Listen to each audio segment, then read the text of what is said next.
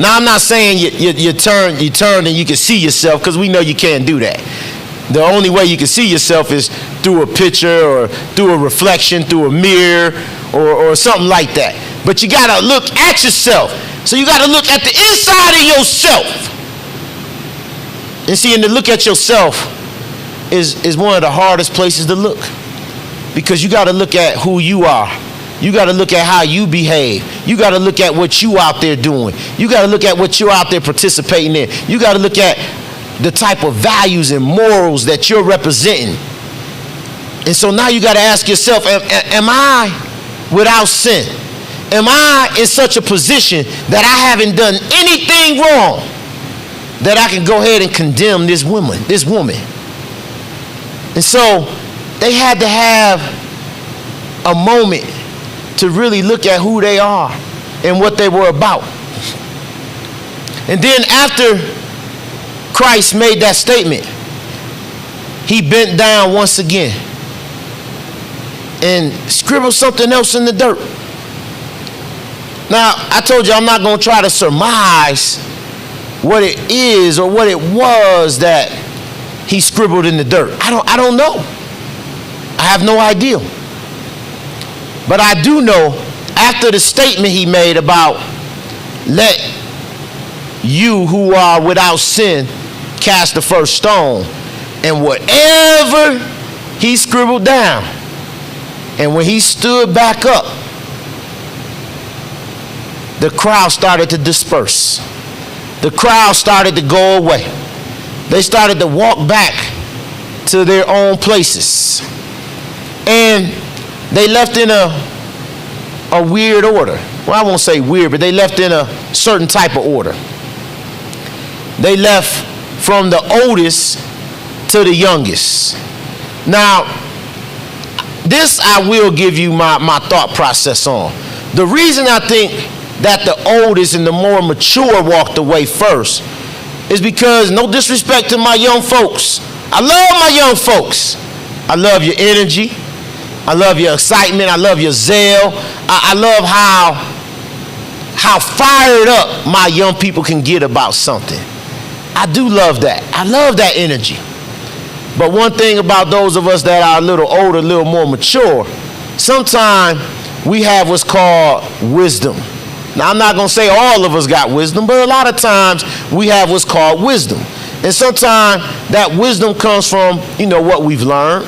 Sometimes that wisdom comes from what we've studied. But a lot of times that wisdom comes from experience. Now, young people, I don't want you to feel bad, and I don't want you to think I'm putting you down. Because young people, you could be brilliant. You could be sharp. Oh, you could be smart as nobody can tell you. I mean, genius level. But no matter how smart you are, there is no substitution in life for experience. Never forget about that. You got to remember, we've been your age before, but you have never been ours. So give us that respect for having that maturity and that wisdom from having life experience. And so that's why I believe the older folks walked off first, because I believe they were able to look over the longer parts of their life and see the multiple times where they have sinned and they have fallen short of the glory of God. See, sometimes when we're a little older, we got a lot more to reflect on. We got a lot more to look at. And see, when you're younger, you got a snapshot of your life. You got 20 years of your life. You got 30 years of your life. You don't have as a big of a picture of your life yet. It's like if you took your life and put in the collage. When you're 20, you got a little small collage. When you're 30, you got a little bit bigger collage. When you're 40, your collage is starting to get bigger. But then once you hit 50, that collage is getting huge. And then if you get past 50 to 60 to 70 to 80 to 90 to 100, that collage gets huge. And so I think that's why the older folks left the place first, left that temple garden first, because I think they were able to see more times in their life where they have sinned. So I want you to understand, brothers and sisters, we all have sinned. This is the third point. We all have sinned, and we all have fallen short. Stoning. Now, what was the second stoning? That's when we read 56 through 59. And Jesus had said, your father Abraham. See, now he's talking to Abraham, who was considered the father.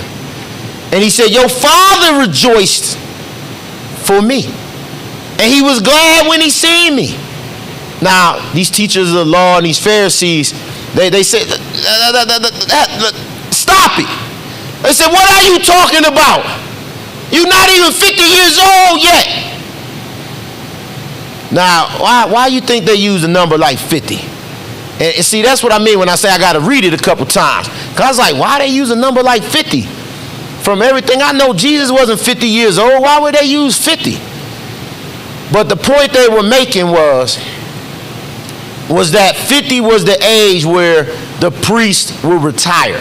That was the age of maturity where they would retire from their work. They would retire from being an active preacher at that time. And they saying, you too young to have seen Abraham already. You too young to be talking about Abraham was rejoicing in you.